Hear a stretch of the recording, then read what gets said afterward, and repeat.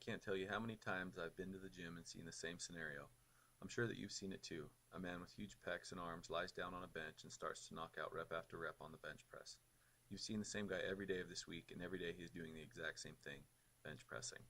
He rarely wears shorts, but when he does happen to show up wearing a pair, it is extremely difficult not to gawk and stare at his extremely underworked and underdeveloped set of legs. You're surprised that the two toothpicks that support his massive upper body don't break in half every time that he takes a step. The most amazing part of this spectacle is that he is not the only one that looks this way. In fact, there appears to be a complete row of men with huge chests and tiny legs straining underneath the weight of a barbell lying flat on a bench. There are even others that are waiting for the men to finish benching so that they can have a turn at pumping some iron. It's pathetic. I'm not here to totally discount the bench press. In fact, I admire a man who can throw up 3 plates for reps. However, I think that a lot of people are missing out on one of the greatest overall body developing exercises that there is, the squat. Somewhere in the history of strength training, someone started to use the bench press as a measure of overall strength. I don't know why they decided to use this exercise as the measuring stick, but for now, that is what people do. There's so many people that ask me, how much do you bench? And I usually reply with, how much do you squat?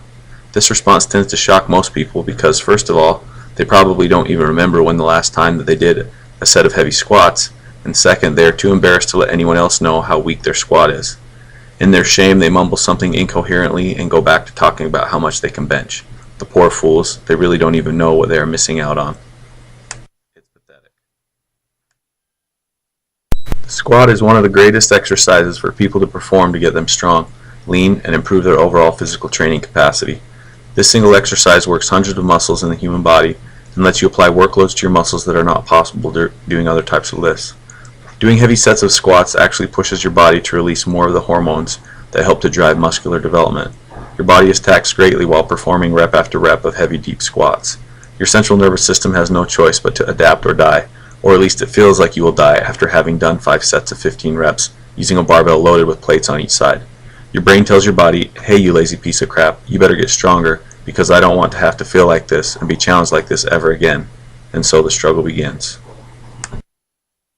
I don't think that the real issue that keeps people from squatting is that there is something wrong with the exercise.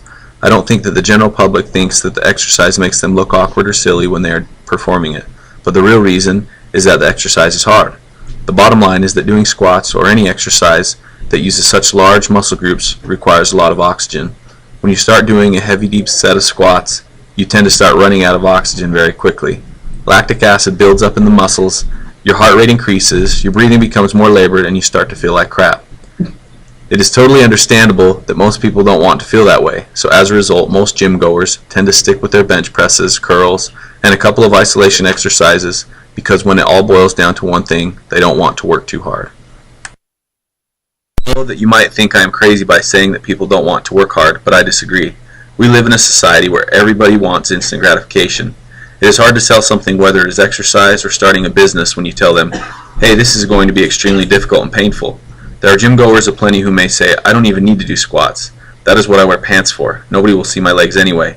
In fact, I am sure that if I could put heavy squats in a bottle, and an individual could get the same results from taking a squat pill as they would from actually doing them, that I would have millions of orders instantly. The human psychology of looking for the easy way out has always been around, and it will still be around for years to come. However, when people finally do realize that they are going to have to work hard for something, it is a huge aha moment. They discover that they can have whatever they want as long as they are willing to pay the price. So the question to ask yourself is, are you willing to pay the price? If you are willing to pay the price to have strong legs and better overall body development and functionality, then jump on board and start squatting. Squat deep until it hurts. Squat until you feel sick and dizzy. Squat until you can't squat anymore, and then you will find real fulfillment. You'll be able to stop waiting in line for the benches and walk right over to the squat rack without any interruptions, because the path that you will be taking is one that most others would rather avoid.